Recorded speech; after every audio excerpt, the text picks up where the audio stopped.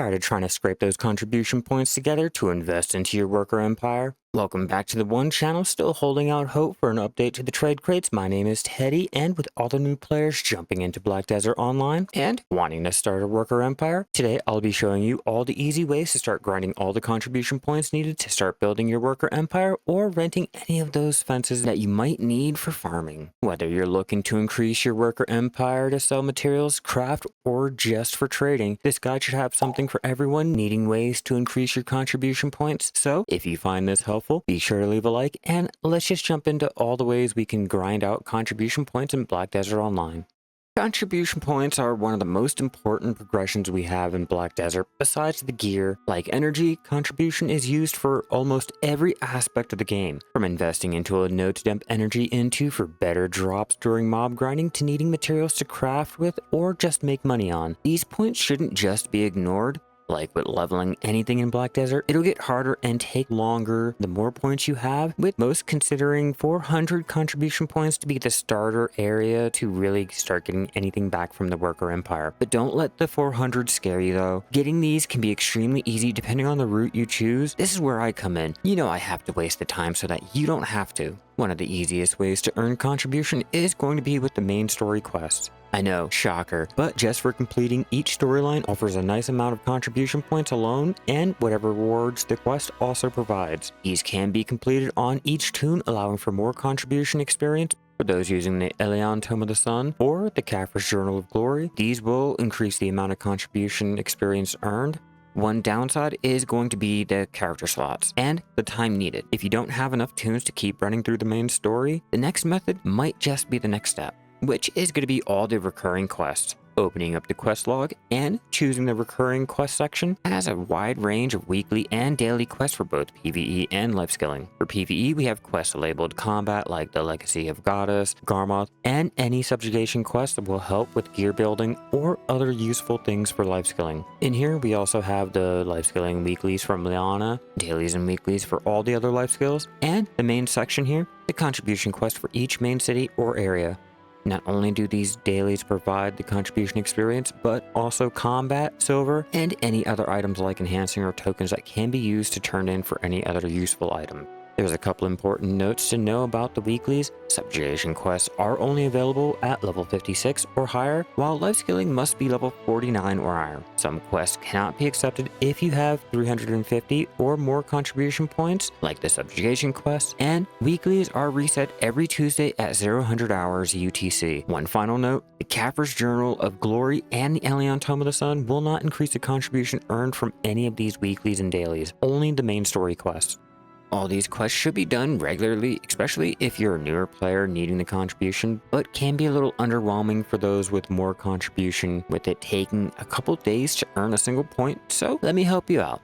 If you're no stranger to my channel, the life skilling byproducts are one of the best and easiest ways after the main story quest, since, well, the main story quest can only be done once per character.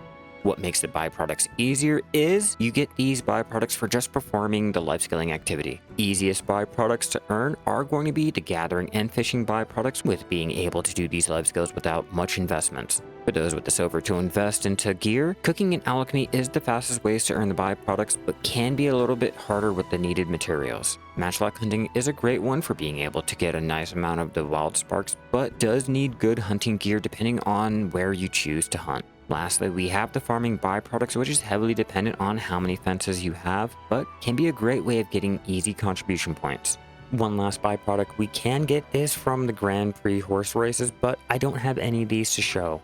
While most of the life skills offer byproducts to be used for contribution points, mastery doesn't always directly increase the amount earned, but like with cooking, it increases the chances of proccing mass cooking cycle, which offers a chance at more byproducts. Fishing is the same way, with not increasing the chances of fishing up any of those broken bottles. Farming has no mastery, and sailing or bartering mastery doesn't directly affect the contribution earned. For those who are wondering, it would take at least 32,755 byproducts to get the 400 contribution needed to really get into the worker empire, but again, that's just what most consider the minimum points to start getting a lot of the nodes without sacrificing. You can start a worker empire at any contribution. And before you ask, no, both the tome and journals won't increase the contribution earned from turning in any of the byproducts. After you figure out how to get the contribution points, now let's go down a routine to help you increase how many points are earned throughout the day. For those who are just starting, the best start is going to be completing the main story. I suggest completing the whole thing at least once on a single toon before choosing to rerun it on an alt. Once you're finished, I recommend mob grinding to build up your gear in places that have subjugation quests for the extra contribution points. Depending on where you're choosing, I like to complete the town dailies just for the added contribution points. With grinding done, if you choose to do life skilling instead, this is where we get more of an option on how we can earn the contribution points. What I like to start with is with farming. Even if you just have 2 fences, farming can earn a nice amount of the byproducts, but like I already stated, this heavily relies on the amount of fences you have. The more space means more crops, and the more crops can earn more byproducts. Taking the Lianas weekly is a nice way to earn bonus contribution experience, even if you're not lucky enough to complete it right then and there. Once I'm done with my farming, it's on to gathering and the Liana weekly. Gathering is the best way to earn easy byproducts while also gathering the ingredients needed for any buffs, worker, and pet foods. Not to mention, it's an easy way to get any enhancing materials for the life skill gear. Remember, with the increased spawn rate of the wild lineal ginseng, there's a slightly higher chance of finding one, but not by much, which is more of an incentive to go out there and gather. Next, I'll grab the Abilene Daily over in Velia for the triple float rods throughout the week. This is a simple quest that can be done while taking the Saley dailies if you choose to do any ocean content, or it can be saved for later. Each hotspot does have a chance to fish up a broken bottle, but while sailing around, if you have a carrack, you can also use Creo to fish up any fishing byproducts. This is a nice passive way while out there doing your bartering.